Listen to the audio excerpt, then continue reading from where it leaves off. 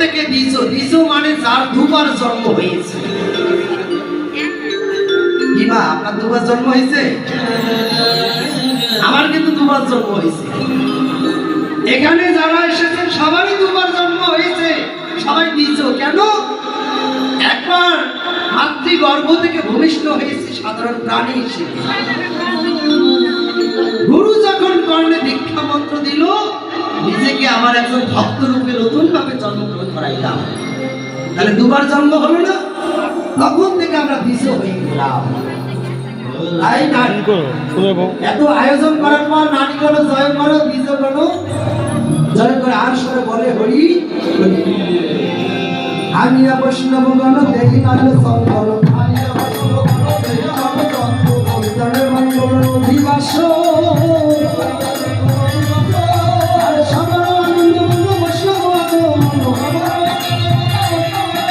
কালী হবে নাম সংকীর্তন।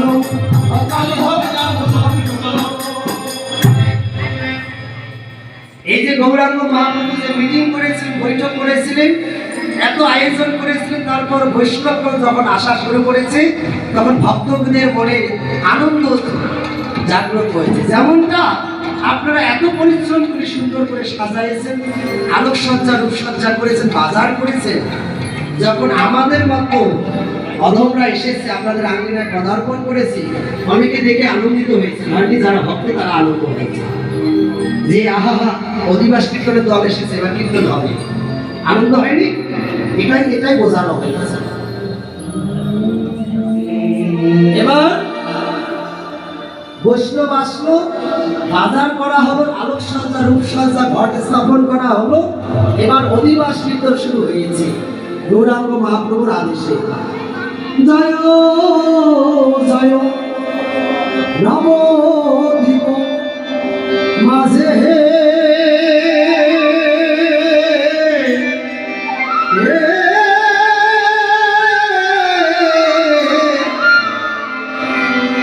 জয় জয়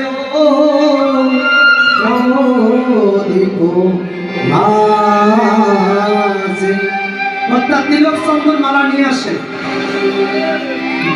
জয় জয় নবদ্বীপ মাঝে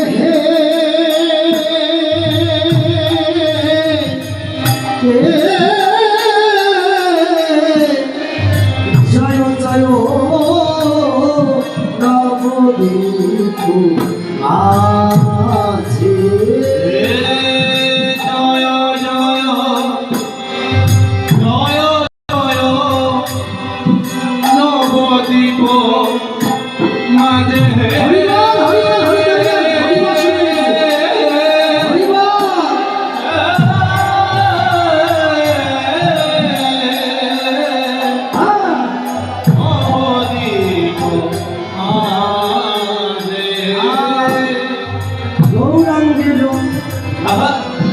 আদেশ পাইয়া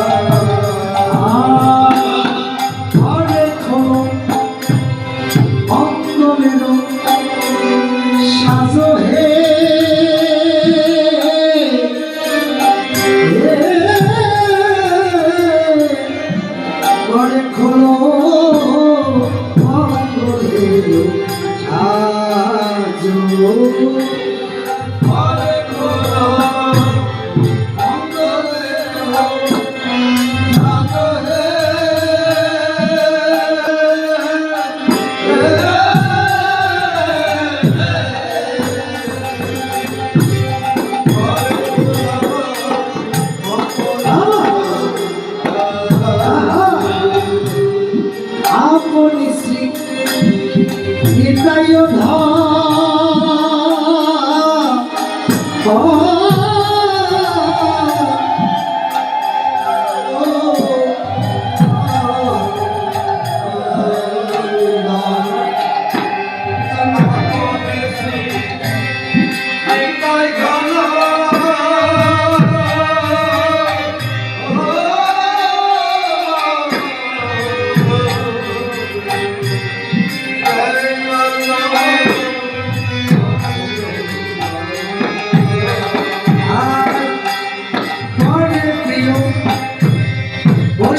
বৈষ্ণবের সম্ভাষণে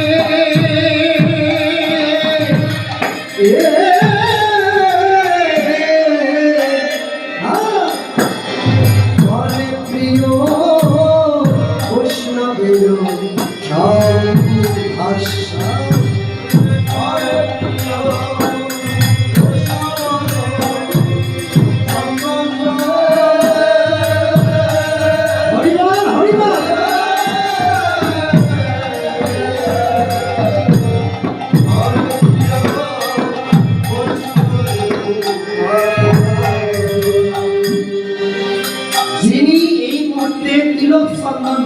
সম্মান দিল তিনি নিতাই ভূমিকায় আছেন।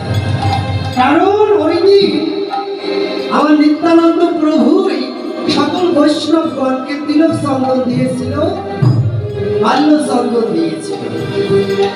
তারা যারা আগামী করলো যে কদিন কীর্তন চলবে বৈষ্ণবগণকে বরণ করে নেবে, তারা নিতাই ভূমিকায় থাকবে। কারণ নিতাই হচ্ছে প্রেমের কাঙ্গাল। নিতাই সবার চরণ ধুয়ে নিয়ে মস্তকে অর্পণ করত।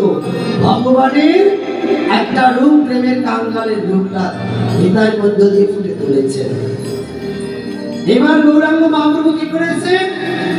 গৌরাঙ্গ মৃদঙ্গ লইয়া বাজা কাটা কইয়া কইয়া গৌরাঙ্গ মৃদঙ্গ লইয়া বাজা কাটা কইয়া গৌরাঙ্গ মৃদঙ্গ লইয়া বাজা কাটা কইয়া গৌরাঙ্গ মৃদঙ্গ লইয়া বাজা কাটা আরে কালো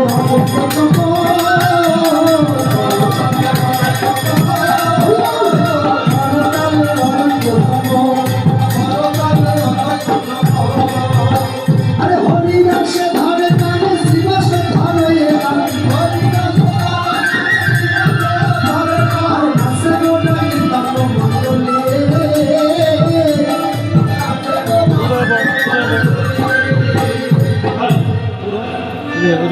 তাহলে